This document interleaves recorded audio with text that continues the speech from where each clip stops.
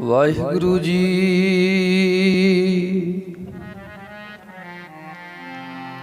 ਸਤਨਾਮ ਸ੍ਰੀ ਵਾਹਿਗੁਰੂ।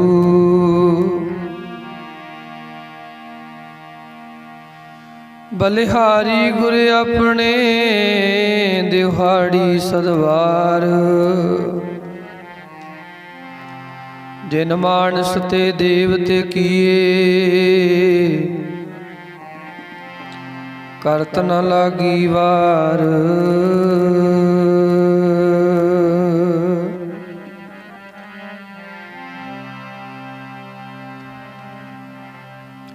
ਐਸਿਆਂ ਗੁਰਾਂ ਤੋਂ ਜੀ ਮੈਂ ਬਲ ਬਲ ਜਾਵਾਂ, ਐਸਿਆਂ ਗੁਰਾਂ ਤੋਂ ਜੀ ਮੈਂ ਬਲ ਬਲ ਜਾਵਾਂ।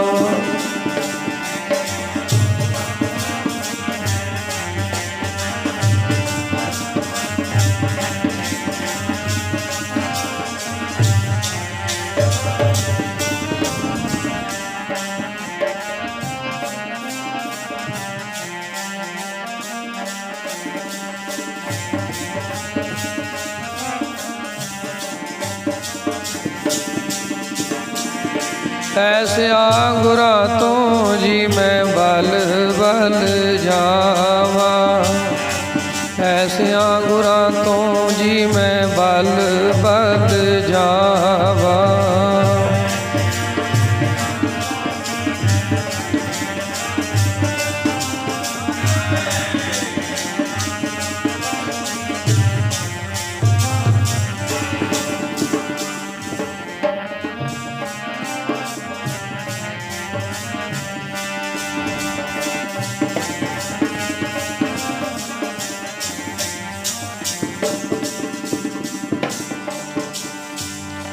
ਬਲ ਬਲ ਜਾਵਾਂ, ਬਲ ਬਲ ਜਾਵਾਂ, ਬਲ ਬਲ ਜਾਵਾਂ, ਬਲ ਬਲ ਜਾਵਾਂ।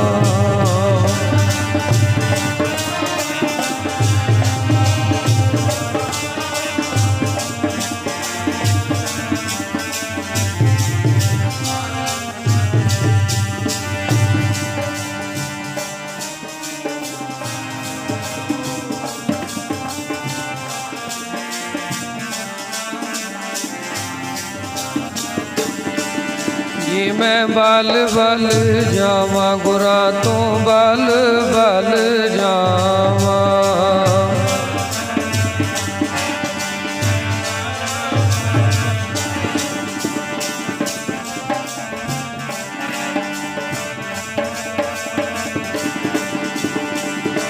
ਬਲ ਬਲ ਜਾਵਾਂ ਜੀ ਮੈਂ ਬਲ ਬਲ ਜਾਵਾਂ।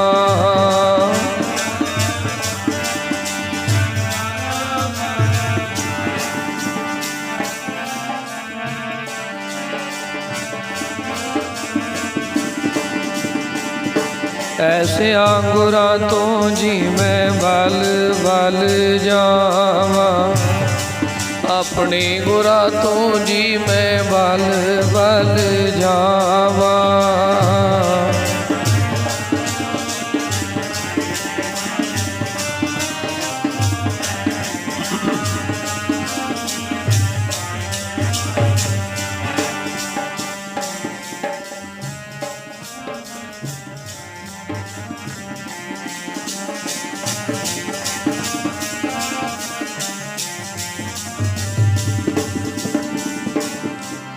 नारायण नरपत नमस्कारै,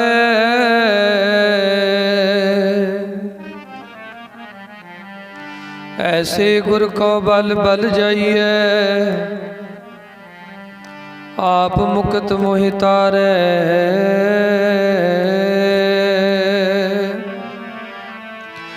आप मुकत मोहि तारै जी, ऐसिਆਂ गुरां तो बल बल जाइए।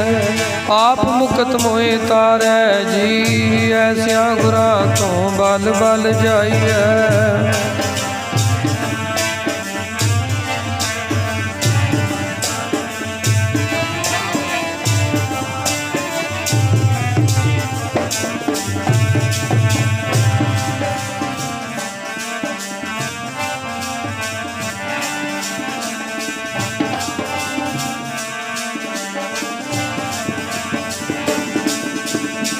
आप मुकत मोए तारै जी, ऐसे गुर को बल बल जाइए।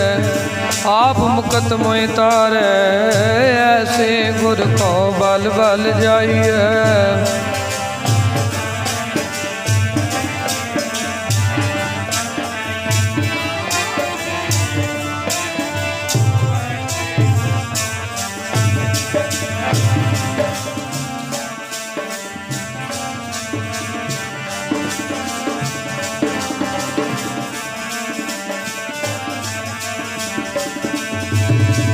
ऐसे गुर को बल बल जाइए, ऐसे गुर को बल बल, ऐसे गुर को बल बल जाइए, ऐसे गुर को।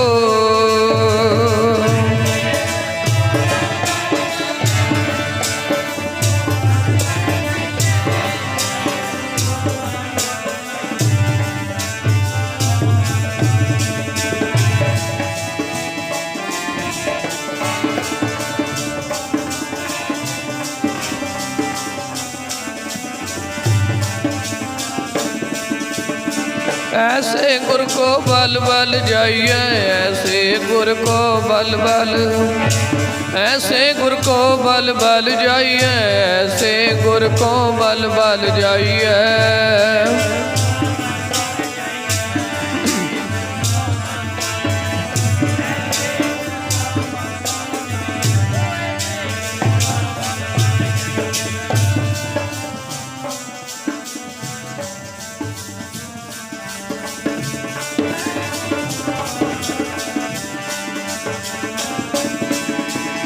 आप मुकत मोए तारै जी, ऐसे गुर को बल बल जाइए।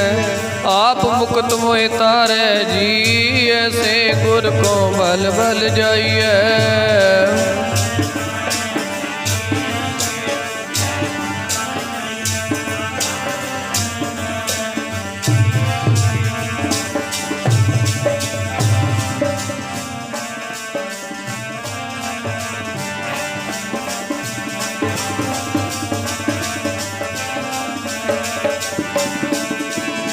नारायण नरपत नमस्कार, ऐसे गुर को बल बल जाइए, ऐसे गुर को बल बल जाइए। आप मुकत मोह तारै।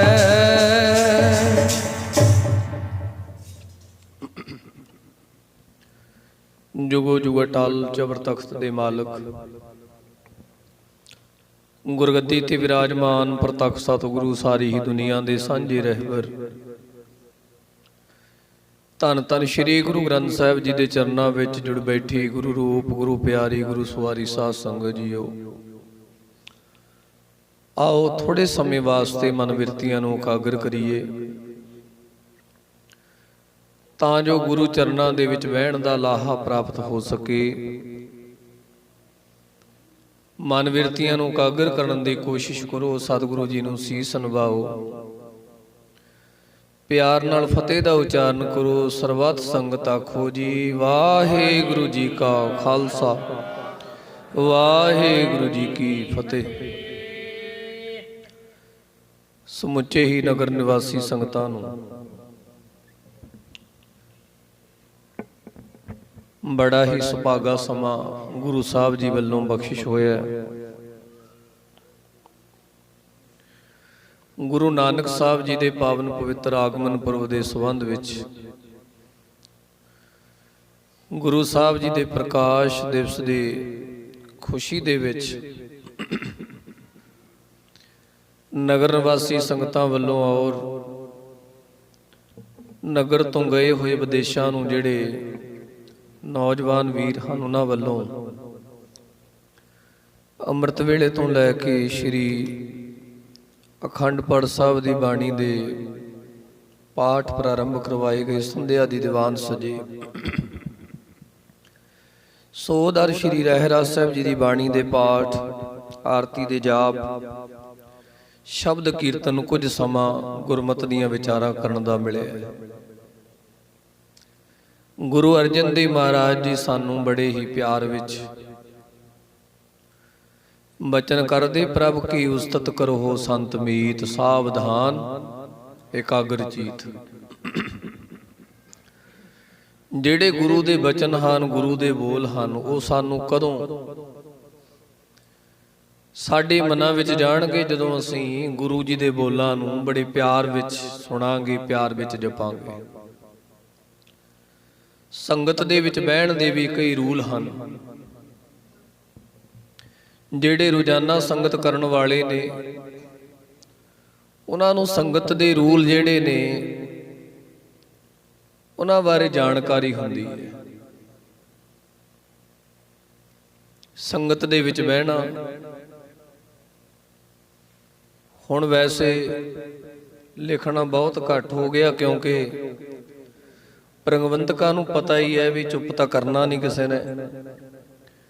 ਇਸ ਕਰਕੇ ਪਹਿਲਾਂ ਲਿਖ ਦਿੰਦੇ ਸੀ ਵੀ ਚੁੱਪ ਦਾ ਦਾਨ ਬਖਸ਼ੋ। ਹੁਣ ਤਾਂ ਇਹ ਅੱਖਰ ਵੀ ਲੱਭਦੇ ਨਹੀਂ ਹੈ ਕਿਤੇ। ਕਿਉਂ ਨਹੀਂ ਲੱਭਦੇ? ਕਿਉਂਕਿ ਪਤਾ ਹੈ ਲਿਖਣ ਵਾਲੇ ਨੂੰ ਕਿ ਚੁੱਪ ਤਾਂ ਹੋਣਾ ਨਹੀਂ ਕਿਸੇ ਨੇ। ਸਾਧ ਸੰਗਤ ਜੀ, ਗੁਰੂ ਦੇ ਚਰਨਾਂ ਵਿੱਚ ਗੁਰੂ ਦੀ ਬਾਤ ਆਪਾਂ ਰੋਜ਼ ਰਹਿਰਾਸ ਸਾਹਿਬ ਜੀ ਦੀ ਬਾਣੀ ਪੜ੍ਹਦੇ ਹਾਂ। ਆਪਾਂ ਰੋਜ਼ ਸ੍ਰੀ ਰਹਿਰਾਸ ਸਾਹਿਬ ਜੀ ਦੀ ਬਾਣੀ ਸੁਣਦੇ ਹਾਂ। ਜੇ ਕਿਤੇ ਆਪਾਂ ਨੂੰ ਖਿਆਲ ਹੋਵੇ, ਸਤਿਗੁਰੂ ਜੀ ਬਚਨ ਕਰਦੇ, ਅੰਤਰ ਗੁਰ ਆਰਾਧਨਾ ਜਿਹਵਾ ਜਪ ਗੁਰ ਨਾਉ,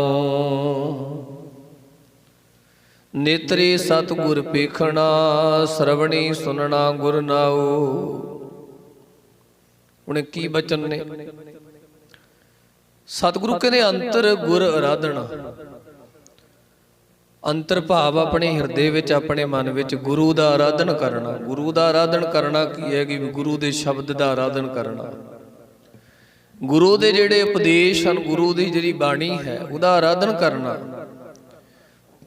ਗੁਰੂ ਦੇ ਉਪਦੇਸ਼ ਰੂਪੀ ਬੋਲਾਂ ਨੂੰ ਆਪਣੇ ਮਨਾਂ ਵਿੱਚ ਵਸਾਉਣਾ, ਇਹਨੂੰ ਕਹਿੰਦੇ ਨੇ ਅੰਤਰ ਗੁਰ ਆਰਾਧਨਾ।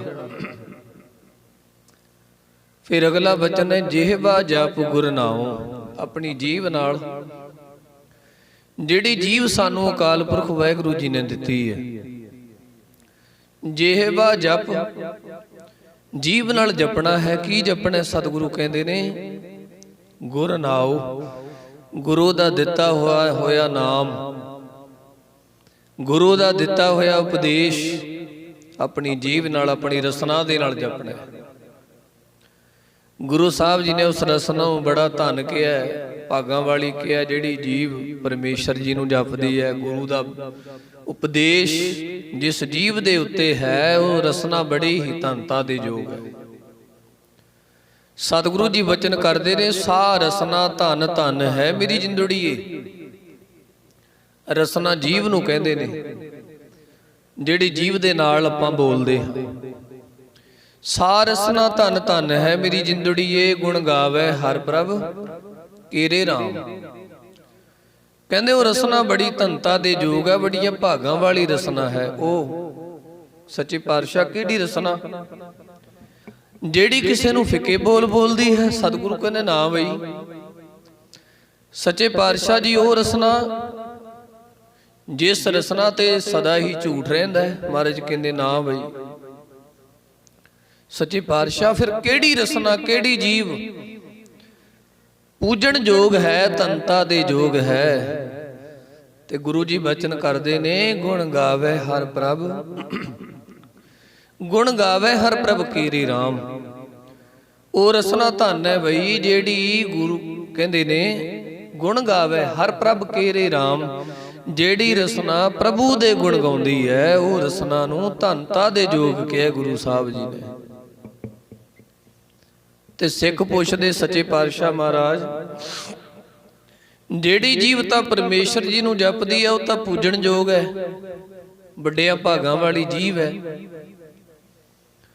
ਤੇ ਜਿਹੜੀ ਜੀਵ ਪਰਮੇਸ਼ਰ ਨੂੰ ਨਹੀਂ ਜਪਦੀ, ਸਦਾ ਹੀ ਫਿੱਕੇ ਬੋਲ ਬੋਲਦੀ ਹੈ, ਸਦਾ ਹੀ ਜਿਹੜੀ ਜੀਵ ਝੂਠ ਬੋਲਦੀ ਹੈ, ਜਿਸ ਜੀਵ ਦੇ ਉੱਤੇ ਸਦਾ ਹੀ ਦੂਜਿਆਂ ਦੀ ਨਿੰਦਿਆ ਚੁਗਲੀ ਹੈ, ਜਿਹੜੀ ਜੀਵ ਕਦੇ ਵੀ ਕੋਈ ਵੀ ਚੰਗਾ ਬਚਨ ਨਹੀਂ ਕਹਿੰਦੀ, ਸੱਚੇ ਪਾਤਸ਼ਾਹ ਉਹ ਜੀਵ ਦਾ ਕੀ ਕਰਨਾ ਚਾਹੀਦਾ ਹੈ? ਸਤਿਗੁਰੂ ਕਹਿੰਦੇ ਰਸਨਾ ਜਪੈ ਨਾ ਨਾਮ। ਕਹਿੰਦੇ ਜਿਹੜੀ ਰਸਨਾ ਨਾਮ ਨਹੀਂ ਜਪਦੀ, ਅਵਾ ਤਵਾ ਜਿਹਾ ਬੋਲੀ ਜਾਂਦੀ ਹੈ, ਲੋਕਾਂ ਨੂੰ ਭੈੜਾ ਬੋਲੀ ਜਾਂਦੀ ਹੈ, ਫਿੱਕੇ ਬਚਨ ਬੋਲੀ ਜਾਂਦੀ ਜਿਹੜੀ ਰਸਨਾ, ਜਿਹੜੀ ਜੀਵ ਉੱਤੇ ਝੂਠ ਹੈ।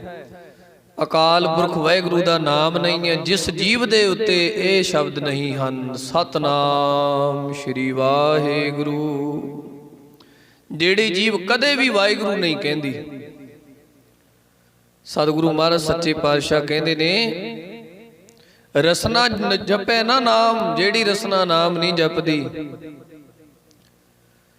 ਤਿਲ ਤਿਲ ਕਰ ਕਟੀਏ। ਕਹਿੰਦੇ ਉਸ ਰਸਨਾ ਨੂੰ ਤਿਲ ਤਿਲ ਕਰਕੇ, ਛੋਟੀ ਛੋਟੀ ਕਰਕੇ ਕੱਟ ਦੇਣਾ ਚਾਹੀਦਾ ਹੈ। ਉਸ ਜੀਵ ਦਾ ਕੋਈ ਰੋਲ ਨਹੀਂ, ਉਹ ਜੀਵ ਕਿਸੇ ਕੰਮ ਦੀ ਨਹੀਂ ਹੈ ਜਿਸ ਜੀਵ ਉੱਤੇ ਪਰਮੇਸ਼ਰ ਜੀ ਦਾ ਨਾਮ ਨਹੀਂ ਹੈ। ਇਸ ਤਰ੍ਹਾਂ ਗੁਰੂ ਸਾਹਿਬ ਜੀ ਨੇ ਬਾਣੀ ਵਿੱਚ ਆਖਿਆ, ਧਾਰਨਾ ਰੂਪ ਦੇ ਵਿੱਚ ਪੜ੍ਹੀਏ। ਪਹਿਲਾਂ ਦਾਸ ਬੋਲਦਾ, ਫਿਰ ਭਾਈ ਬੋਲਣ, ਤੀਸਰੀ ਵਾਰੀ ਵਿੱਚ ਮਾਈਆਂ ਭੈਣਾਂ ਬੀਬੀਆਂ ਬੋਲਣ। ਜੇ ਬੋਲਣਾ ਹੈ ਸਤਿਗੁਰੂ ਕਹਿੰਦੇ ਬਾਣੀ ਬੋਲੋ ਭਾਈ। ਸੋ ਤੀਸਰੇ ਹਿੱਸੇ 'ਚ ਮਾਈਆਂ ਭੈਣਾਂ ਬੋਲੋ, ਜੇ ਸਮਝ ਆਉਂਦੀ ਤਾਂ ਜ਼ਰੂਰ ਬੋਲੋ। ਰਲ ਮਿਲ ਕੇ ਗੁਰੂ ਸਾਹਿਬ ਜੀ ਦੀ ਉਪਮਾ ਕਰੀਏ। ਜਿਹੜੀ ਰਸਨਾ ਮਹਾਰਾਜ ਜੀ ਨਾਮ ਨਹੀਂ ਜਪਦੀ, ਫਿੱਕਾ ਬੋਲਦੀ ਹੈ, ਸੱਚੇ ਪਾਤਸ਼ਾਹ ਉਸ ਜੀਵ ਦਾ ਕੀ ਕਰਨਾ ਚਾਹੀਦਾ? ਸਤਿਗੁਰੂ ਕਹਿੰਦੇ ਤਿਲ ਤਿਲ ਕਰਕੇ ਕੱਟ ਦੇਣੀ ਚਾਹੀਦੀ ਹੈ।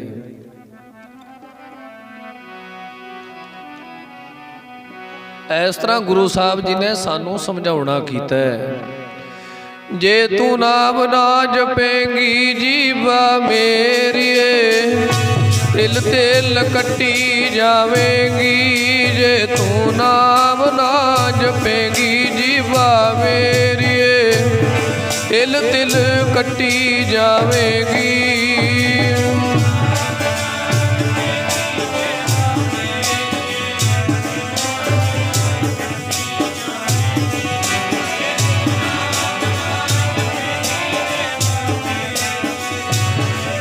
ਤਿਲ ਕੱਟੀ ਜਾਵੇਗੀ।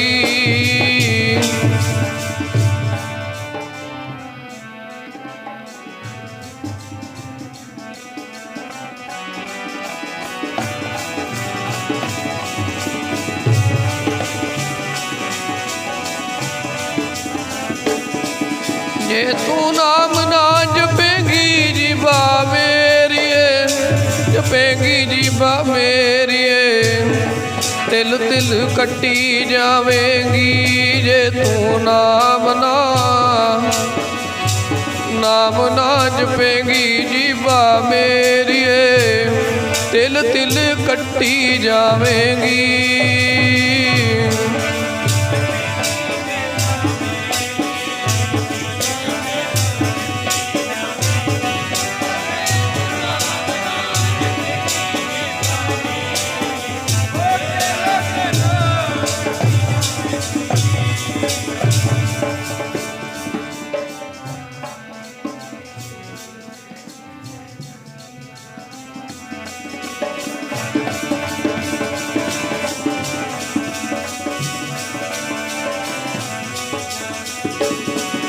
ਜੇ ਤੂੰ ਨਾਮ ਨਾ ਜਪੇਂਗੀ ਜੀਵਾ ਮੇਰੀਏ, ਜੇ ਤੂੰ ਨਾਮ ਨਾ ਜਪੇਂਗੀ ਜੀਵਾ ਮੇਰੀਏ,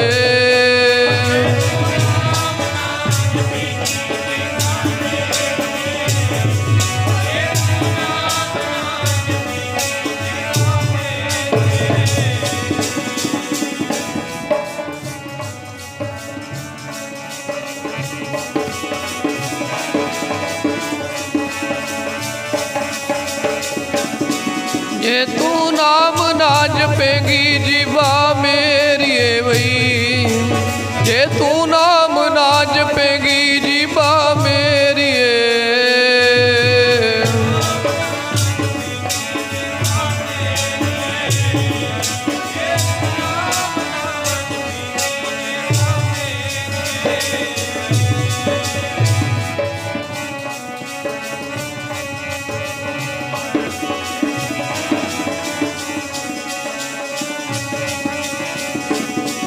ਜੇ ਤੂੰ ਨਾਮ ਨਾ ਜਪੇਂਗੀ ਜੀਵਾ ਮੇਰੀਏ, ਤਿਲ ਤਿਲ ਕੱਟੀ ਜਾਵੇਂਗੀ। ਜੇ ਤੂੰ ਨਾਮ ਨਾ ਜਪੇਂਗੀ ਜੀਵਾ ਮੇਰੀਏ, ਤਿਲ ਤਿਲ ਕੱਟੀ ਜਾਵੇਗੀ।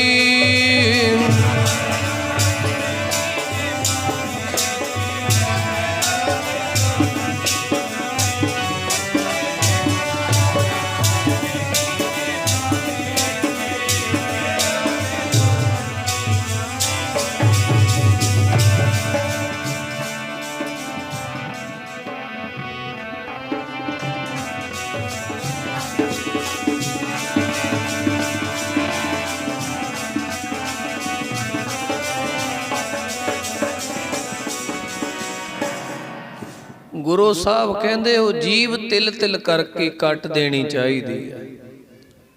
ਉਹ ਜੀਵ ਦਾ ਕੋਈ ਕੰਮ ਨਹੀਂ ਜਿਹੜੀ ਪਰਮੇਸ਼ਰ ਨੂੰ ਯਾਦ ਨਹੀਂ ਕਰਦੀ, ਕਿਉਂਕਿ ਜੀਵ ਦਾ ਕੰਮ ਹੀ ਪਰਮੇਸ਼ਰ ਨੂੰ ਯਾਦ ਕਰਨਾ ਹੈ।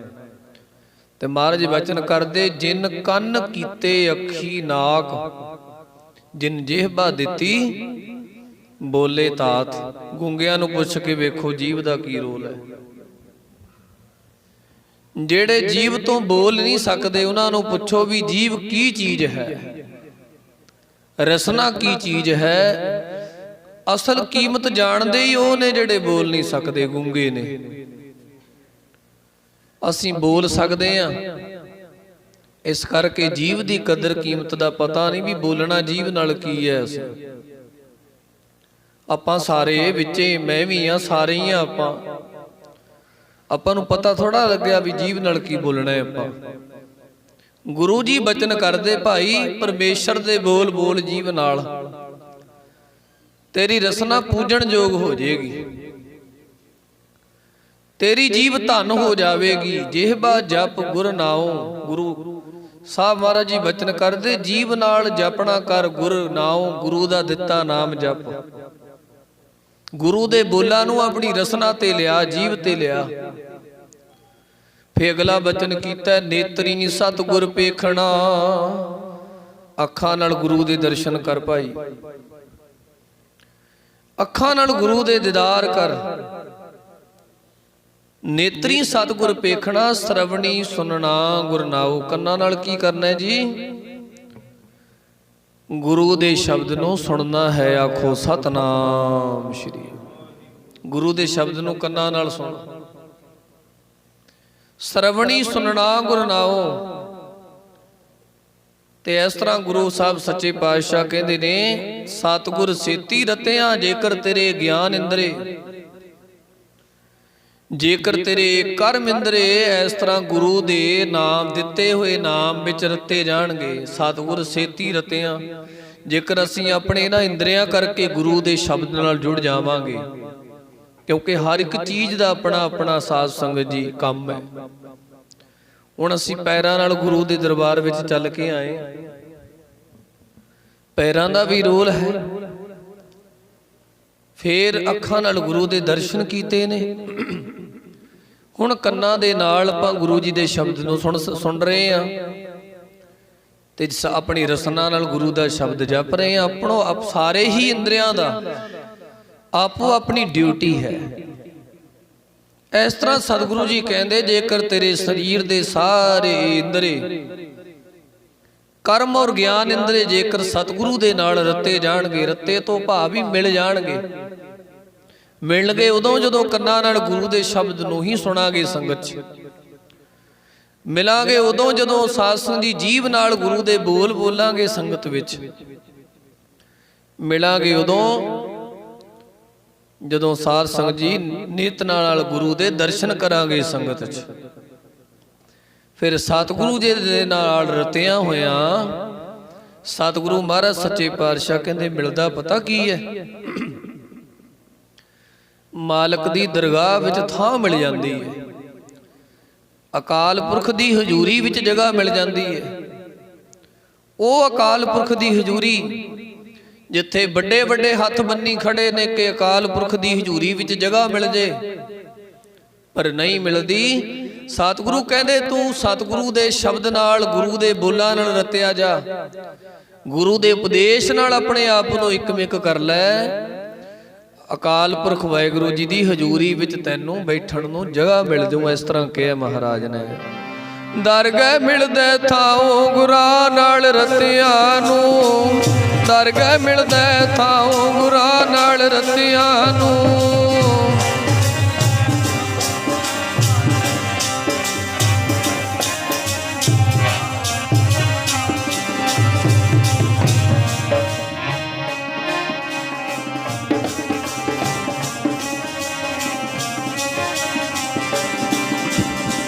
ਦਰਗਹਿ ਮਿਲਦੇ ਥਾਉ ਗੁਰਾਂ ਨਾਲ ਰਤਿਆਂ ਨੂੰ, ਦਰਗਹਿ ਮਿਲਦੇ ਥਾਉ ਗੁਰਾਂ ਨਾਲ ਰਤਿਆਂ ਨੂੰ।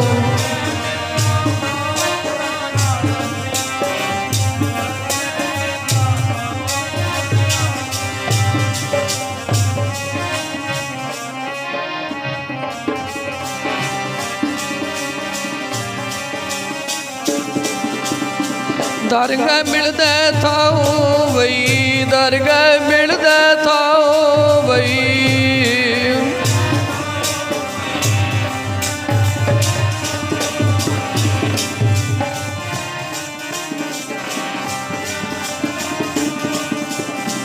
ਦਰਗਹਿ ਮਿਲਦੇ ਥਾਉ ਜੀ, ਦਰਗਹਿ ਮਿਲਦੇ ਥਾਉ ਜੀ।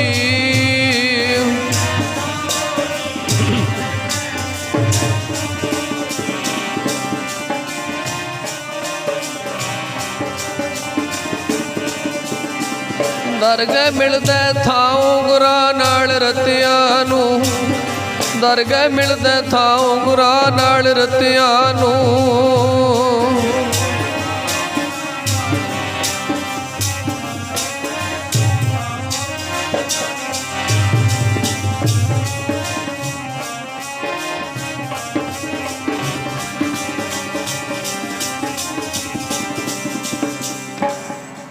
ਇਸ ਤਰ੍ਹਾਂ ਗੁਰੂ ਨਾਲ ਰਤਿਆਂ ਮਾਲਕ ਦੀ ਦਰਗਾਹ ਵਿੱਚ ਸਾਨੂੰ ਜਗ੍ਹਾ ਮਿਲਦੀ ਹੈ।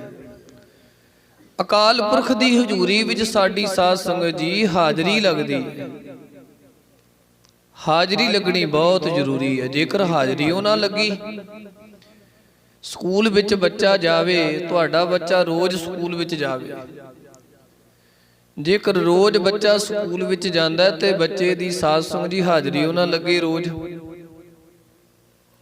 ਕੀ ਬੱਚੇ ਦਾ ਸਕੂਲ ਜਾਇਆ ਕਿਤੇ ਲੇਖੀ ਵਿੱਚ ਪਵੇਗਾ? ਕਦੇ ਵੀ ਨਹੀਂ ਪੈ ਸਕਦਾ। ਬੱਚੇ ਦਾ ਸਕੂਲ ਜਾਇਆ ਲੇਖੇ ਵਿੱਚ ਉਦੋਂ ਪਵੇਗਾ ਜੇਕਰ ਬੱਚੇ ਦੀ ਸਕੂਲ ਵਿੱਚ ਜਾ ਕੇ ਹਾਜ਼ਰੀ ਲੱਗ ਜੇ। ਹਾਜ਼ਰੀ ਲੱਗਣੀ ਬਹੁਤ ਜ਼ਰੂਰੀ ਹੈ। ਹਾਜ਼ਰੀ ਦੇ ਨਾਲ ਹੀ ਸਾਰਾ ਕੁਝ ਹੈ।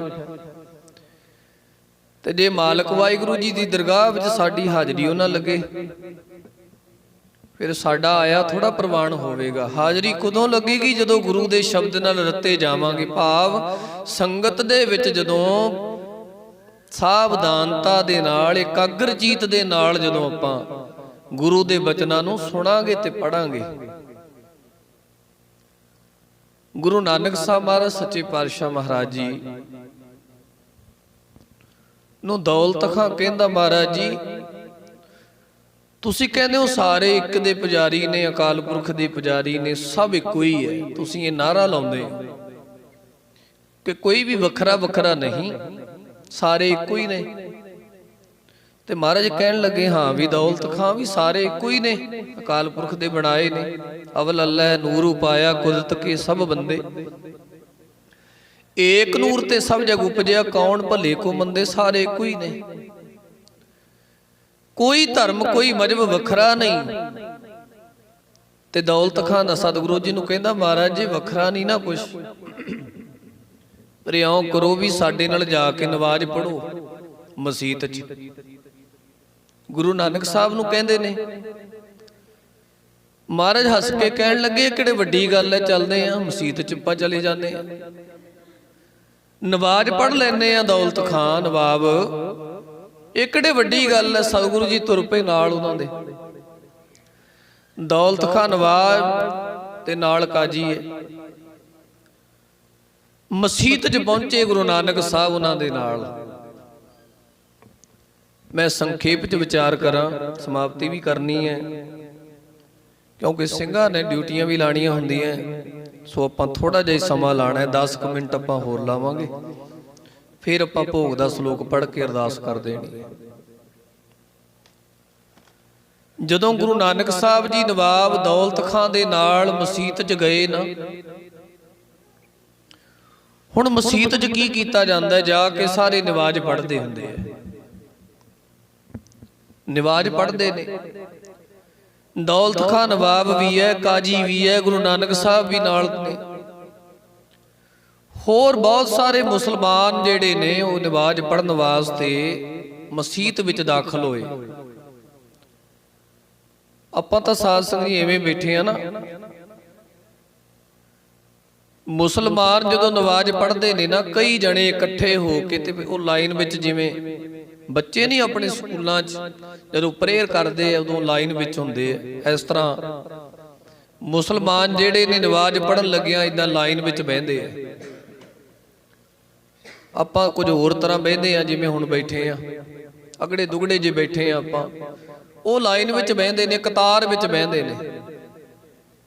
ਸਾਰੇ ਬਹਿ ਗਏ, ਪਹਿਲੀ ਕਤਾਰ ਦੇ ਵਿੱਚ ਧੰਨ ਸ਼੍ਰੀ ਗੁਰੂ ਨਾਨਕ ਸਾਹਿਬ ਬੈਠੇ, ਨਾਲ ਨਵਾਬ ਦੌਲਤ ਖਾਂ ਬੈਠਾ ਤੇ ਨਾਲ ਬੈਠਾ ਕਾਜੀ। ਹੁਣ ਨਵਾਜ਼ ਪੜਨ ਦਾ ਵਕਤ ਆਇਆ, ਸਾਰੇ ਨਵਾਜ਼ ਪੜ ਰਹੇ ਨੇ। ਨਵਾਜ਼ ਪੜਦੇ, ਜਦੋਂ ਨਵਾਜ਼ ਪੜ ਕੇ ਸਾਸੰਗ ਦੀ ਸਮਾਪਤੀ ਕੀਤੀ ਨਾ, ਨਵਾਬ ਦੌਲਤ ਖਾਂ ਗੁਰੂ ਨਾਨਕ ਸਾਹਿਬ ਜੀ ਨੂੰ ਬੜਾ ਅਚਰਜ ਰੂਪ ਦੇ ਵਿੱਚ ਹੋ ਕੇ ਪੁੱਛਦਾ, ਕਹਿੰਦਾ ਮਹਾਰਾਜ ਮੈਂ ਵੇਖਦਾ ਰਿਹਾ ਤੁਸੀਂ ਨਵਾਜ਼ ਹੀ ਨਹੀਂ ਪੜ੍ਹੀ। ਸਤਿਗੁਰੂ ਕਹਿੰਦੇ ਨਾ ਬਈ ਅਸੀਂ ਨਵਾਜ਼ ਪੜ੍ਹੀ ਹੈ। ਕਹਿੰਦਾ ਨਾ ਜੀ ਮਹਾਰਾਜ ਮੈਂ ਤੁਹਾਨੂੰ ਵੇਖਦਾ ਰਿਹਾ, ਤੁਸੀਂ ਨਵਾਜ਼ ਨਹੀਂ ਪੜ੍ਹੀ, ਬਾਕੀ ਸਾਰਿਆਂ ਨੇ ਪੜ੍ਹੀ ਹੈ। ਮਹਾਰਾਜ ਫੇਰ ਆਖਣ ਲੱਗੇ ਨਾ ਦੌਲਤ ਖਾਂ ਵੀ ਅਸੀਂ ਨਵਾਜ਼ ਪੜ੍ਹੀ ਹੈ। ਕਹਿੰਦਾ ਨਾ ਜੀ ਸਤਿਗੁਰੂ ਜੀ ਤੁਸੀਂ ਨਵਾਜ਼ ਨਹੀਂ ਪੜ੍ਹੀ। ਤੇ ਧੰਨ ਗੁਰੂ ਨਾਨਕ ਸਾਹਿਬ ਜੀ ਪੁੱਛਦੇ ਨੇ ਨਵਾਬ ਦੌਲਤ ਖਾਂ ਨੂੰ, ਕਹਿੰਦੇ ਤੈਂ ਪੜ੍ਹੀ ਹੈ? ਸਾਧ ਸੰਗਤ ਜੀ ਕਹਿਣ ਲੱਗੇ ਮਹਾਰਾਜ ਵੀ ਮੈਂ ਤਾਂ ਪੜ੍ਹੀ ਹੋਈ ਹੈ, ਅਸੀਂ ਤਾਂ ਰੋਜ਼ ਪੜ੍ਹਦੇ ਆ, ਅੱਜ ਵੀ ਮੈਂ ਨਵਾਜ਼ ਪੜ੍ਹੀ ਹੈ, ਤੁਸੀਂ ਨਹੀਂ ਪੜ੍ਹੀ। ਧੰਨ ਗੁਰੂ ਨਾਨਕ ਸਾਹਿਬ ਕਹਿੰਦੇ ਜੇ ਮੈਂ ਨਵਾਜ਼ ਨਹੀਂ ਪੜ੍ਹੀ ਤੇ ਤੂੰ ਵੀ ਨਹੀਂ ਪੜ੍ਹੀ। ਆਖੋ ਸਤਨਾਮ ਸ਼੍ਰੀ, ਗੱਜ ਕੇ ਆਖੋ ਸਾਰੇ ਸਤਨਾਮ। ਗੁਰੂ ਨਾਨਕ ਸਾਹਿਬ ਕਹਿਣ ਲੱਗੇ ਜੇ ਅਸੀਂ ਨਹੀਂ ਪੜ੍ਹੀ ਚਲੋ ਮੰਨ ਲੈਂਦੇ ਵੀ ਮੈਂ ਨਵਾਜ਼ ਨਹੀਂ ਪੜ੍ਹੀ, ਤੂੰ ਕਿਹੜੇ ਪੜ੍ਹੀ ਹੈ? ਸਤਿਗੁਰੂ ਨੂੰ ਕਹਿੰਦਾ ਮਹਾਰਾਜ ਇਹ ਕਿਵੇਂ ਹੋ ਸਕਦਾ, ਮੈਂ ਤਾਂ ਨਵਾਜ਼ ਪੜ੍ਹੀ ਹੈ। ਤੇ ਸਤਿਗੁਰੂ ਮਹਾਰਾਜ ਸੱਚੇ ਪਾਤਸ਼ਾਹ ਕਹਿਣ ਲੱਗੇ ਨਵਾਬ ਦੌਲਤ ਖਾਂ ਤੂੰ ਨਵਾਜ਼ ਕਿੱਥੇ ਪੜ੍ਹਦਾ ਸੀ? ਕਹਿੰਦਾ ਮਹਾਰਾਜ ਮੈਂ ਪੜ੍ਹਦਾ ਸੀ।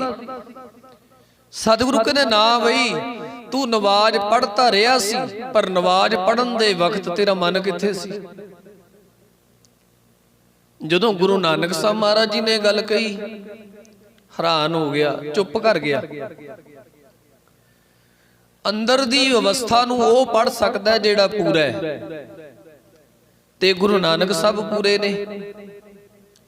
ਗੁਰੂ ਨਾਨਕ ਸਾਹਿਬ ਤੋਂ ਕੋਈ ਓਲਾ ਨਹੀਂ ਹੈ, ਗੁਰੂ ਤੋਂ ਕੋਈ ਓਲਾ ਰੱਖ ਸਕਦੇ ਹਾਂ ਭਲਾ? ਆਪਾਂ ਨਹੀਂ ਰੱਖ ਸਕਦੇ, ਕਿਉਂਕਿ ਗੁਰੂ ਘਟ ਘਟ ਕੇ ਅੰਤਰ ਕੀ ਜਾਣਤ ਭਲੇ ਬੁਰੇ ਕੀ ਪੀਰ ਪਛਾਨ। ਗੁਰੂ ਸਮਰੱਥ ਹੈ, ਗੁਰੂ ਸਾਡਾ ਅੰਦਰ ਪੜਦਾ ਹੈ।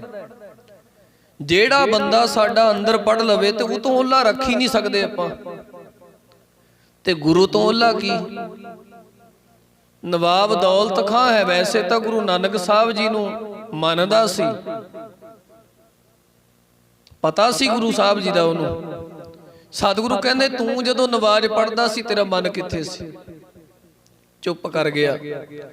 ਤੇ ਧੰਨ ਗੁਰੂ ਨਾਨਕ ਸਾਹਿਬ ਮਹਾਰਾਜ ਸੱਚੇ ਪਾਤਸ਼ਾਹ ਕਹਿਣ ਲੱਗੇ ਨਵਾਬ ਸਾਹਿਬ ਜੇ ਤੁਸੀਂ ਨਵਾਜ਼ ਪੜ੍ਹਦੇ ਤਾਂ ਮੈਂ ਤੁਹਾਡੇ ਨਾਲ ਨਵਾਜ਼ ਪੜ੍ਹਦਾ, ਤੁਸੀਂ ਨਵਾਜ਼ ਪੜ੍ਹੀ ਨਹੀਂ, ਮੈਂ ਕਿੱਥੇ ਪੜ੍ਹਦਾ? ਤੇ ਸਤਿਗੁਰੂ ਕਹਿਣ ਲੱਗੇ ਕਹਿੰਦੇ ਨਵਾਬ ਸਾਹਿਬ ਜਦੋਂ ਤੁਸੀਂ ਨਵਾਜ਼ ਅਦਾ ਕਰ ਰਹੇ ਸੀ, ਨਵਾਜ਼ ਪੜ੍ਹ ਰਹੇ ਸੀ, ਉਸ ਵੇਲੇ ਤਾਂ ਤੁਹਾਡਾ ਮਨ ਕਾਬਲ ਵਿੱਚ ਘੋੜੇ ਖਰੀਦ ਰਿਹਾ ਸੀ। ਤੇ ਜੇ ਮਨ ਤੁਹਾਡਾ ਘੋੜੇ ਖਰੀਦ ਰਿਹਾ ਕਾਬਲ ਦੇ ਵਿੱਚ, ਮਸੀਤ ਵਿੱਚ ਪੜ੍ਹੀ ਨਵਾਜ਼ ਤੁਹਾਡੀ ਕਿਸ ਕੰਮ ਦੀ ਭਾਈ? ਜਦੋਂ ਗੁਰੂ ਸਾਹਿਬ ਜੀ ਨੇ ਏਦਾਂ ਸਾਹਮਣੇ ਸ਼ੀਸ਼ਾ ਵਿਖਾ ਦਿੱਤਾ ਨਾ ਅੰਦਰ ਦਾ, ਹੈਰਾਨ ਹੋ ਕੇ ਗੁਰੂ ਨਾਨਕ ਸਾਹਿਬ ਦੇ ਚਰਨਾਂ ਤੇ ਟਹਿ ਪਿਆ। ਕਿਉਂ ਅੰਦਰ ਦੀ ਅਵਸਥਾ ਜਣਾ ਦਿੱਤੀ ਗੁਰੂ ਸਾਹਿਬ ਨੇ। ਵਾਕਈ ਜਦੋਂ ਨਵਾਜ਼ ਪੜ੍ਹ ਰਿਹਾ ਸੀ ਦੌਲਤ ਖਾਂ ਨਵਾਬ, ਉਹਦੀ ਸੁਰਤ ਕਾਬਲ ਵਿੱਚ ਘੋੜੇ ਖਰੀਦ ਰਹੇ ਸੀ। ਮਨ ਕਰਕੇ ਕਾਬਲ ਵਿੱਚ ਪਹੁੰਚਿਆ ਹੋਇਆ ਸੀ। ਮਨ ਕਰਕੇ ਕਾਬਲ ਵਿੱਚ ਪਹੁੰਚ ਕੇ ਇਹ ਵੇਖ ਰਿਹਾ ਸੀ ਵੀ ਕਾਬਲ ਦੀ ਮੰਡੀ ਦੇ ਵਿੱਚ ਕਿਹੜਾ ਘੋੜਾ ਸਭ ਤੋਂ ਵਧੀਆ ਆਇਆ ਹੈ, ਮੈਂ ਖਰੀਦਾਂਗਾ, ਆਪਣੇ ਤਵੇਲੇ ਵਿੱਚ ਬੰਨਾਂਗਾ। ਮਨ ਉੱਥੇ ਪਹੁੰਚਿਆ ਹੋਇਆ ਸੀ ਤੇ ਸਤਿਗੁਰੂ ਕਹਿੰਦੇ ਤੂੰ ਨਵਾਜ਼ ਕਿੱਥੇ ਪੜ ਰਿਹਾ ਸੀ? ਤੂੰ ਤਾਂ ਕਾਬਲ ਵਿੱਚ ਘੋੜੇ ਖਰੀਦ ਰਿਹਾ ਸੀ। ਤੇ ਜੇ ਮਨ ਤੇਰਾ ਨਵਾਜ਼ ਵਿੱਚ ਨਹੀਂ ਹੈ, ਸਰੀਰ ਦੀ ਪੜੀ ਨਵਾਜ਼ ਤੇਰੀ ਕਿਸੇ ਕੰਮ ਨਹੀਂ। ਆਖੋ ਸਤਨਾਮ ਸ਼੍ਰੀ। ਜਦੋਂ ਮਹਾਰਾਜ ਜੀ ਨੇ ਸਾਰਾ ਕੁਝ ਇਦਾਂ ਦੱਸ ਦਿੱਤਾ ਨਾ, ਬੜਾ ਚੁੱਪ ਜਾ ਕਰ ਗਿਆ। ਜਿਹੜਾ ਕਾਜੀ ਬੈਠਾ ਸੀ ਨਾ ਨਾਲ, ਉਹ ਤਰਬਕ ਕੇ ਬੋਲਿਆ, ਕਹਿੰਦਾ ਮਹਾਰਾਜ ਜੇ ਦੌਲਤ ਖਾਂ ਨਵਾਬ ਨੇ ਨਵਾਜ਼ ਨਹੀਂ ਪੜ੍ਹੀ ਤੇ ਮੈਂ ਤਾਂ ਪੜ੍ਹੀ ਆ, ਮੇਰੇ ਨਾਲ ਪੜ੍ਹ ਲੈਂਦੇ। ਕਿਉਂਕਿ ਆਪਾਂ ਨੂੰ ਸਾਰਿਆਂ ਨੂੰ ਹੁੰਦਾ ਵੀ ਮੈਂ ਹੀ ਕਰਨ ਵਾਲਾ, ਮੈਂ ਹੀ ਕਰਨ ਵਾਲਾ। ਉਹ ਕਾਜੀ ਕਹਿੰਦਾ ਮਹਾਰਾਜ ਵੀ ਮੈਂ ਤਾਂ ਪੜ੍ਹੀ, ਮੇਰੇ ਨਾਲ ਪੜ੍ਹ ਲੈਂਦੇ। ਤੇ ਧੰਨ ਗੁਰੂ ਨਾਨਕ ਸਾਹਿਬ ਕਹਿਣ ਲੱਗੇ ਕਾਜੀ ਸਾਹਿਬ ਤੁਸੀਂ ਕਿਹੜੇ ਘੱਟ ਕੀਤੀ ਹੈ? ਮਹਾਰਾਜ ਕਹਿੰਦੇ ਤੂੰ ਨਵਾਜ਼ ਪੜ੍ਹੀ ਹੈ ਕਾਜੀ ਸਾਹਿਬ? ਬੜੇ ਮਾਣ ਚ ਕਹਿੰਦੇ ਮਹਾਰਾਜ ਮੈਂ ਪੜ੍ਹੀ ਹੈ। ਸਤਿਗੁਰੂ ਕਹਿੰਦੇ ਕਾਜੀ ਸਾਹਿਬ ਨਵਾਜ਼ ਤੁਸੀਂ ਵੀ ਨਹੀਂ ਪੜ੍ਹੀ। ਹੈਰਾਨ ਹੋ ਗਿਆ, ਕਮਾਲ ਹੋ ਗਈ। ਨਾ ਨਵਾਬ ਦੌਲਤ ਖਾਂ ਨੇ ਨਵਾਜ਼ ਪੜ੍ਹੀ, ਹੈ ਮਸੀਤ ਜੀ ਸੀ, ਤੇ ਅੱਜ ਗੁਰੂ ਨਾਨਕ ਸਾਹਿਬ ਜੀ ਹੁਣ ਕਾਜੀ ਨੂੰ ਵੀ ਕਹਿੰਦੇ ਵੀ ਨਵਾਜ਼ ਤੁਸੀਂ ਵੀ ਨਹੀਂ ਪੜ੍ਹੀ। ਤੇ ਕਹਿੰਦਾ ਮਹਾਰਾਜ ਨਵਾਜ਼ ਮੈਂ ਪੜ੍ਹੀ ਹੈ। ਹੁਣ ਆਪਾਂ ਵੀ ਇਹੀ ਗੱਲ ਕਵਾਂਗੇ ਨਾ, ਕੋਈ ਸਾਨੂੰ ਪੁੱਛੇ ਵੀ ਤੂੰ ਨਿਤਨੇਮ ਕੀਤਾ? ਮੈਂ ਭਾਵੇਂ ਨਾ ਹੀ ਕੀਤਾ ਹੋਵੇ, ਮੈਂ ਕਹਿ ਦੇਣਾ ਮੈਂ ਕੀਤਾ। ਕਹੀ ਦਿੰਦੇ ਆਪਾਂ ਕੀਤਾ ਹੈ ਜੀ, ਪਰ ਕੀਤਾ ਨਹੀਂ ਅਸਲ ਵਿੱਚ। ਕਹਿੰਦਾ ਮਹਾਰਾਜ ਮੈਂ ਪੜ੍ਹੀ ਹੈ। ਸਤਿਗੁਰੂ ਕਹਿੰਦੇ ਨਾ ਵੀ ਤੂੰ ਨਹੀਂ ਪੜ੍ਹੀ। ਤੇ ਸਤਿਗੁਰੂ ਜੀ ਬਚਨ ਕਰਦੇ ਕਹਿੰਦੇ ਕਾਜੀ ਸਾਹਿਬ ਨਵਾਜ਼ ਤੁਸਾਂ ਵੀ ਨੇ ਵੀ ਨਹੀਂ ਪੜ੍ਹੀ। ਕਿਉਂ ਨਹੀਂ ਪੜ੍ਹੀ? ਕਿਉਂਕਿ ਜਦੋਂ ਨਵਾਜ਼ ਪੜ੍ਹ ਰਹੇ ਸੀ, ਸਰੀਰ ਕਰਕੇ ਤਾਂ ਨਵਾਜ਼ ਪੜ੍ਹ ਰਹੇ ਸੀ, ਤੇ ਮਨ ਕਰਕੇ ਤੁਸੀਂ ਨਵਾਜ਼ ਵਿੱਚ ਹਾਜ਼ਰ ਨਹੀਂ ਸੀ। ਮਨ ਤੁਹਾਡਾ ਘਰ ਵਿੱਚ ਸੀ। ਤੁਹਾਡੇ ਘੋੜੇ ਦੀ ਬਸ਼ੇਰੀ ਨੇ ਘੋੜੀ ਨੇ ਬਸ਼ੇਰਾ ਦਿੱਤਾ ਸੀ। ਘਰ ਵਿੱਚ ਘੋੜੀ ਨੇ ਬਸ਼ੇਰਾ ਦਿੱਤਾ ਸੀ। ਤੇ ਕਾਜੀ ਸਾਹਿਬ ਤੁਹਾਡੇ ਘਰ ਵਿੱਚ ਹੈ ਖੂਹ, ਤੇ ਤੁਹਾਨੂੰ ਇਹ ਡਰ ਸੀ ਵੀ ਜਿਹੜਾ ਘੋੜੀ ਦਾ ਬਸ਼ੇਰਾ ਹੈ ਕਿਤੇ ਛਾਲਾਂ ਜੀਆਂ ਮਾਰ ਕੇ ਕਿਤੇ ਖੂਹ 'ਚ ਨਾ ਡਿੱਗ ਜੇ।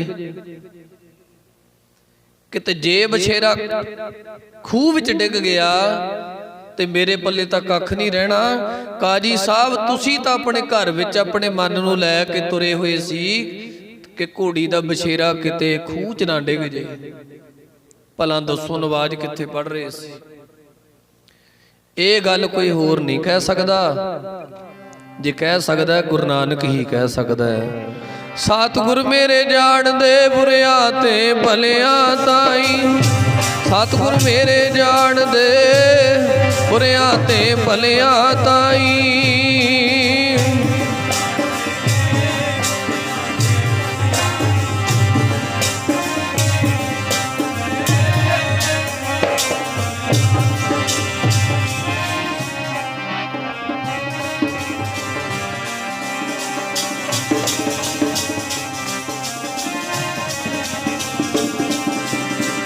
ਸਤਿਗੁਰ ਮੇਰੇ ਜਾਣਦੇ ਬਈ ਬੁਰਿਆਂ ਤੇ ਭਲਿਆਂ ਤਾਈਂ।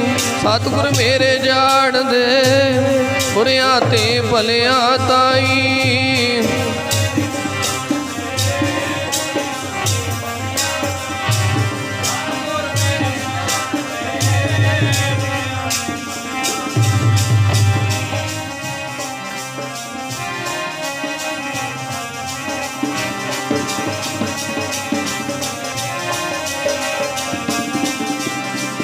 ਬੁਰਿਆਂ ਤੇ ਭਲਿਆਂ ਤਾਈਂ। ਬੁਰਿਆਂ ਤੇ ਭਲਿਆਂ ਤਾਈ।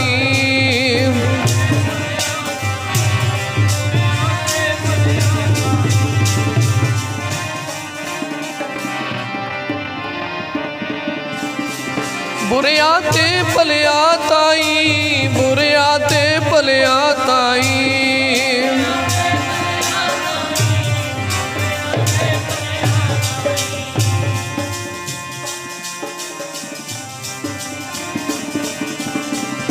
ਸਤਿਗੁਰ ਮੇਰੇ ਜਾਣਦੇ ਬਈ ਬੁਰਿਆਂ ਤੇ ਭਲਿਆਂ ਤਾਈ।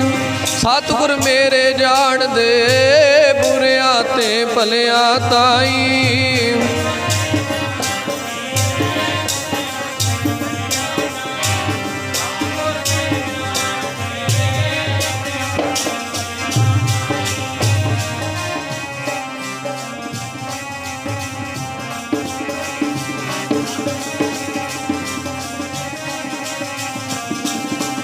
ਉਹ ਤਾਂ ਸਭ ਦੇ ਦਿਲਾਂ ਦੀਆਂ ਜਾਣਦਾ।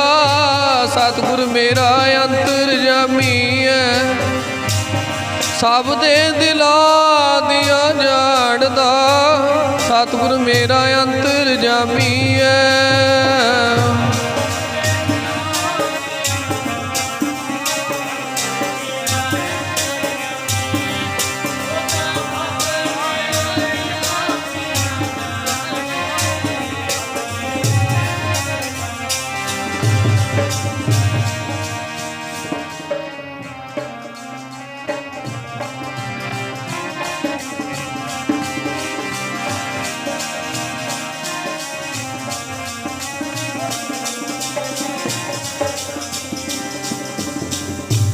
ਜੇ ਦਿਲਾਂ ਦੀਆਂ ਜਾਣਨ ਵਾਲਾ ਉਹ ਹੈ ਗੁਰੂ ਨਾਨਕ।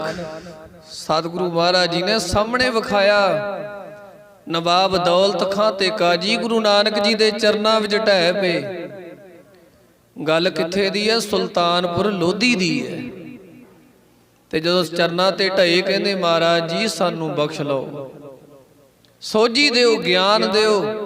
ਤੇ ਧੰਨ ਗੁਰੂ ਨਾਨਕ ਸਾਹਿਬ ਮਹਾਰਾਜ ਜੀ ਨੇ ਇੱਕੋ ਹੀ ਗੱਲ ਕਹੀ, ਕਹਿੰਦੇ ਭਾਈ ਜਦੋਂ ਖੁਦਾ ਦੀ ਇਬਾਦਤ ਕਰੋ, ਜਦੋਂ ਪਰਮੇਸ਼ਰ ਦੀ ਉਸਤਤ ਕਰੋ, ਖੁਦਾ ਦੀ ਇਬਾਦਤ ਕਰੋ, ਜਦੋਂ ਅੱਲਾ ਨੂੰ ਯਾਦ ਕਰੋ ਤੇ ਮਨ ਔਰ ਚਿੱਤ ਨੂੰ ਇਕਾਗਰ ਕਰਕੇ ਕਰੋ। ਨਾਮਾ ਕਹਿ ਤਿਲੋਚਨਾ ਮੁਖ ਤੇ ਰਾਮ ਸੰਭਾਲ। ਹਾਥ ਪਾਉ ਕੰਮ ਕਰ ਕਾਮ ਸਭ ਚੀਤ ਨਿਰੰਜਨ ਨਾਲ।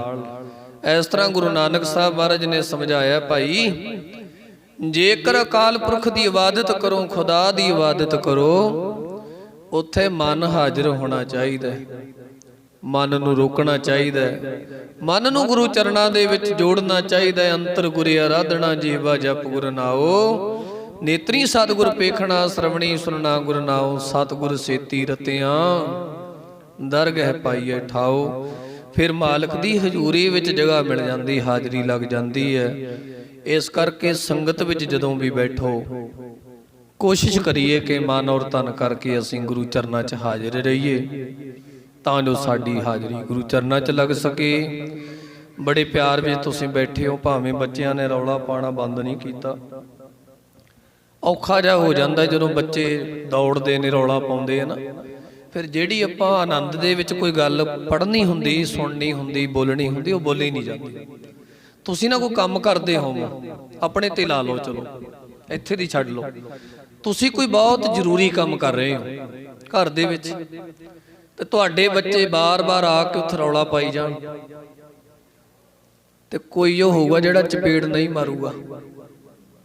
ਹਾਂਜੀ, ਕਿੰਨਾ ਡਿਸਟਰਬ ਹੁੰਦੇ ਆ ਆਪਾਂ ਜਦੋਂ ਬੱਚਾ, ਅਸੀਂ ਕੰਮ ਕਰਦੇ ਹੋਈਏ, ਜ਼ਰੂਰੀ ਕੰਮ, ਬਹੁਤ ਜ਼ਰੂਰੀ ਘਰ ਦਾ ਕੰਮ ਕੋਈ ਆਪਾਂ ਕਰਦੇ ਹੋਈਏ, ਤੇ ਬੱਚਾ ਸਾਡਾ ਆ ਕੇ ਰੌਲਾ ਪਾਈ ਜਾਵੇ ਸਾਡੇ ਕੋਲ, ਹੋਰ ਕੁਝ ਨਹੀਂ ਕਰਾਂਗੇ, ਆਪਾਂ ਥੱਪੜ ਮਾਰ ਕੇ ਭਜਾ ਦਾਂ।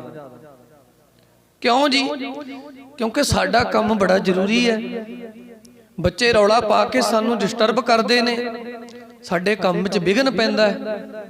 ਤੇ ਜੇ ਸਾਡਾ ਕੋਈ ਘਰ ਦਾ ਜ਼ਰੂਰੀ ਕੰਮ, ਉਹਦੇ ਵਿੱਚ ਬੱਚੇ ਆ ਕੇ ਦਖਲ ਦਿੰਦੇ ਨੇ, ਰੌਲਾ ਪਾਉਂਦੇ ਨੇ, ਤੇ ਸਾਨੂੰ ਜੇ ਉਹਦੇ ਵਿੱਚ ਤੰਗੀ ਮਹਿਸੂਸ ਹੁੰਦੀ ਹੈ, ਤੇ ਗੁਰੂ ਗ੍ਰੰਥ ਸਾਹਿਬ ਜੀ ਦੇ ਚਰਨਾਂ ਵਰਗੀ ਜਗ੍ਹਾ, ਗੁਰੂ ਗ੍ਰੰਥ ਸਾਹਿਬ ਜੀ ਮਹਾਰਾਜ ਸੱਚੇ ਪਾਤਸ਼ਾਹ ਦੀ ਹਜ਼ੂਰੀ ਵਰਗਾ ਤਾਂ ਜ਼ਰੂਰੀ ਕੰਮ ਹੀ ਤਾਂ ਉੱਪਰ ਕੋਈ ਹੈ ਨਹੀਂ ਨਾ।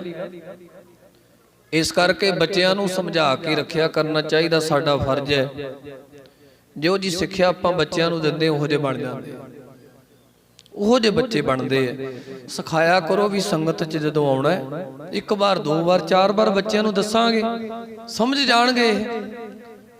ते बच्चे जिन्ने एक्टिव ने उन्ने आपां नहीं। हाँ, इन्हां नूं जिधर नूं मोड़ दो उधर नूं मुड़ जाणगे, पर असीं कोशिश ही नहीं करते। साडे बच्चे इत्थे भज्जी जाण, मावां इत्थे बैठियां रहणगीਆਂ, कोई गल नहीं भज्जी जाण दे, पर वो चंगा जा नहीं लगता। इस करके साडे बच्चे ने असीं आपे संभालने, ते जे असीं नहीं संभालांगे होर कौन संभालूगा। इस करके बच्चों को सिखाया करो, संगत विच गुरु दे द्वार रोज़ ही तुसीं आउंदे हो, बच्चों को नाल लैके आओ। इत्थे जदों बिठाओ तो बच्चों को यह कहो भी देखो भी इत्थे रौला नहीं पाउणा। जदों आपां इन्हां नूं गाइड करांगे, जदों इन्हां नूं आपां समझावांगे, हुण स्कूल विच क्लास विच भी चुप करके ही बहिंदे ने, क्योंकि उत्थे सिखाया जांदा है। ते घरां विच आपां टीचर हाँ, आपां बच्चों को समझाओ, बच्चे साडे समझ जाणगे। सो बड़े प्यार दे विच बहुत समय तो लै करके महापुरखां दे समय तो लैके आप जी लाहा लैंदे हो। अखंड पाठ साहब चल रहे ने, अमृत वेले आसारीवार दे कीर्तन होणगे। सारी संगत ने हाजरी भरनी है, अज दी इन्नी हाजरी प्रवान करियो। मैं विचार कुछ होर करनी सी, अज कोई होर साखी प्रमाण दे नाल आपां अज विचार करनी सी, वो कल नूं करांगे। सो अज जिहड़ी विचार कीती है उते अमल करिए। संगत विच जदों भी आईए मन और तन गुरु दे चरनां च जोड़ के लाहा प्राप्त करिए। फिर लोग सुखिए पर लोग सहेले, नानक हर प्रभ आपे मेले। श्लोक पावनी गुरु पाणी पिता माता तरत महत,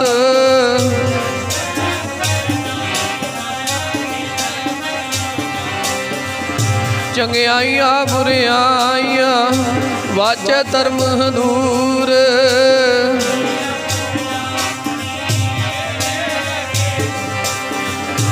जिनी नाम ते आया गए मसकत काल।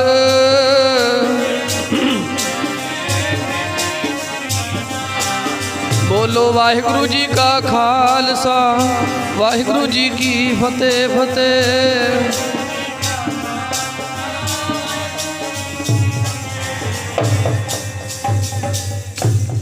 तो दया